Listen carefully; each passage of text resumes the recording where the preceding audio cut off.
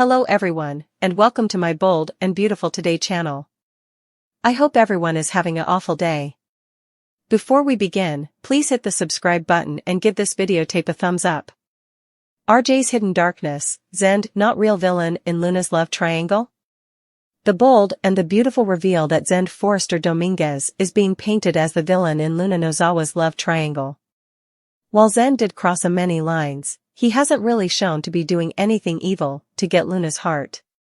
Is it possible that RJ Forrester might not be as perfect as he appears? Keep reading and let's bandy the possibility that RJ is the real villain in this plot. The bold and the beautiful Luna Nozawa's romance B&B spoilers reveal that when Luna came on board at Forrester Creations, she incontinently came smitten with RJ. Luna admitted she's followed RJ online for times. Also, suckers set up out that Luna had a retired family connection by being John Finnegan's kinsman. Moving back to Luna and RJ, they feel to have the perfect little love. The bold and the beautiful RJ's Hidden Darkness, Zende not real villain in Luna's love triangle? B&B Zende Forrester Dominguez's resentment after RJ and Luna started dating, Zende swooped into the plot. At first, Zende was resentful of RJ working with Eric Forrester. While Zende does still have issues with RJ getting all of the openings, he's also interested in Luna. The bold and the beautiful RJ Forrester, the golden child. The bold and the beautiful reveal that Zende is presently being painted as a villain in Luna's love triangle. While Zende was bold in his moves toward Luna, he also hasn't really done anything evil. There was that mysterious regale assignation, but Luna snappily let Zende know that kind of jest. Wins 0 points with her. Also, we've Zende venting to Thomas Forrester and Hope Logan about RJ. While Hope raised her eyebrows, Zende talked about how easy RJ has it. Zende mentioned RJ getting everything at work as well as getting Luna. While it's easy to see that Zende is resentful and makes really bold moves, that doesn't automatically mean he's the villain. B&B Hidden Darkness? It's possible that suckers are going to see a twist soon. Is it possible that the real villain in Luna's triangle is RJ and not Zende? Suckers formerly saw RJ nearly burst with rage over Zende's regale assignation scheme. Luna formerly took care of Zende and just didn't want to keep any secrets from RJ. While RJ's frustration was accessible, his explosive rage sounded overabundance for the situation. Plus, RJ seems perfect to everyone except Zende. Is it possible that Zende sees commodity dark in RJ? Will that darkness soon crop, proving that the golden child is actually the villain? Eric's happy festivity takes dark turn. The bold and the beautiful suggest that Eric Forrester's happy festivity turned dark. He surprised Donna Logan with an engagement and marriage. Effects went south at the end of Friday's occasion. Keep on reading to learn further. B&B Eric Forrester's grand festivity. According to the bold and the beautiful spoilers, Eric wanted another grand party with his family. This is the alternate or third party he's thrown since his medical issue. Eric's health is still a riddle. It's unclear what he was dying from. He was brought back to life thanks to the help of Dr. John Finnegan. By the way, Steffi Forrester and Finn should be been at the party. Eric threw another party with his family. During the event, he surprised his long-term gal Donna with a marriage offer. The bold and the beautiful spoilers also reveal that Eric wanted to get married as soon as possible. He'd Carter Walton officiate the promises and write up the marriage instruments so it was legal. It was a happy occasion for the couple and their family members. The bold and the beautiful dark plot turns Tummy's effects took a dark turn on the occasion. Luna was under the influence of commodity. She allowed. She had her mints in her bag. But it looks like she took her mama's happy capsules. Luna was a little too happy, especially when she mixed the capsules with champagne. The bold and the beautiful spoilers reveal that the show is going there. RJ Forrester noticed that commodity was out with his gal. We re-soliciting bold and beautiful asterisk not asterisk to go where we all know they re-heading. I am just going to say it. Eric throws a lousy party.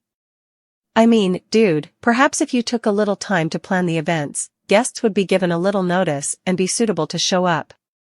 And not for nothing, but nice as the Forrester living room is, it doesn't exactly scream special occasion. It does, still, scream marriage, as did Donna's white dress and the fact that Carter, the family's unofficial officiant, was on the rather exclusive guest list. Further than many folks refocused out that there were further Logans than Forresters in attendance. And the defenses given for some of the absences were right over there with "I had to wash my hair." Hayes being sick and Steffi not wanting to risk her still receiving forefathers' health made sense. But Thomas and Hope having some big hope for the unborn meeting? Yeah, no. And perhaps someone could have called Bridget, who helped Finn save Eric's life. The marrying man, everything about Eric's offer was perfect and presumably more than numerous realized. First, there was Eric asking Ridge to help him get down on one knee. This beautifully illustrated that Eric isn't yet completely recovered, and that he has a long way to go. Also there was the face John McCook made when he said the line, "Will you marry your honey bear?"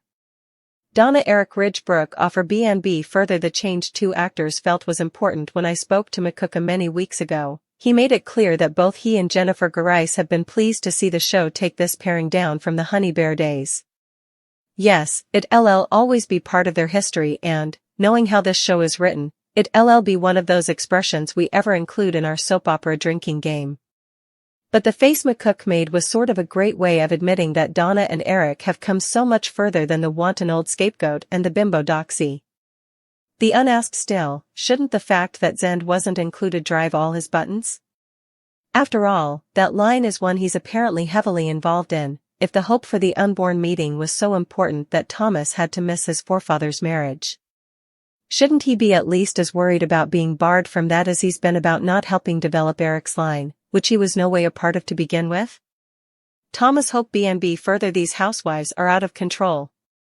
But of course, Zende had to be at this party so that he and RJ could put their differences away, enough much out of the blue, in order to take this story in a new direction. As Poppy realized her special mints were missing, Luna was downing them in champagne while Zende was constantly making it clear that if she ever got wearied with her beau, he'd be happy to step by. Coming thing we knew, a sharpened Luna was mistaking Zende for RJ and waving him into the guest house bed.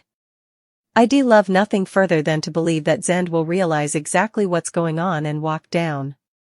But this show loves nothing further than to repeat its own history, and we've seen enough much this exact same script play out time after time after time. Let's just assume we're going to have an awful lot to bandy coming week. Don't say the D word. I was regaled by Liam and Bill's scenes, in which the son said that his pater was and a fortune, fate kinda Joe, despite the fact that the Joe's been talking nonstop about the macrocosm bringing Poppy back into his life for a reason. In fact, those were the veritably coming words out of Liam's mouth, and soon after, Bill was talking to Poppy about cosmic forces bringing them back together. And also there was Liam saying he'd no way seen his pater so enamored with a woman. Sorry, Katie. Supposedly, they times Bill spent stewing for you were nothing compared to him having had 2 or 3 dates with Poppy in recent weeks. Bill Poppy kiss B&B beating effects off. Bill also claimed he'd felt the same way about Liam's mama. So supposedly, Bill, whom we've always been told was a love M and leave M Joe, was actually falling head over heels with every woman he encountered, but no way bothered to keep in touch with them. What next? Are they going to tell us he was also in love with Wyatt's mama, despite us knowing theirs was an intensively sexual relationship fueled largely by collective loathing? This is similar a blatant rewrite of Bill's history. It's nearly as bad as General Hospital morphing Nina, a woman who formerly literally ripped a child from another woman's womb, into a fairly stable member of Port Charles society who's now BFFs with that same woman. Unlike the Penns, we know that Bill's entire history was that of a glutton who only felt love for the first time when he met sweet Katie Logan. Their entire story revolved around the fact that he tried to change his ways for her, but constantly failed.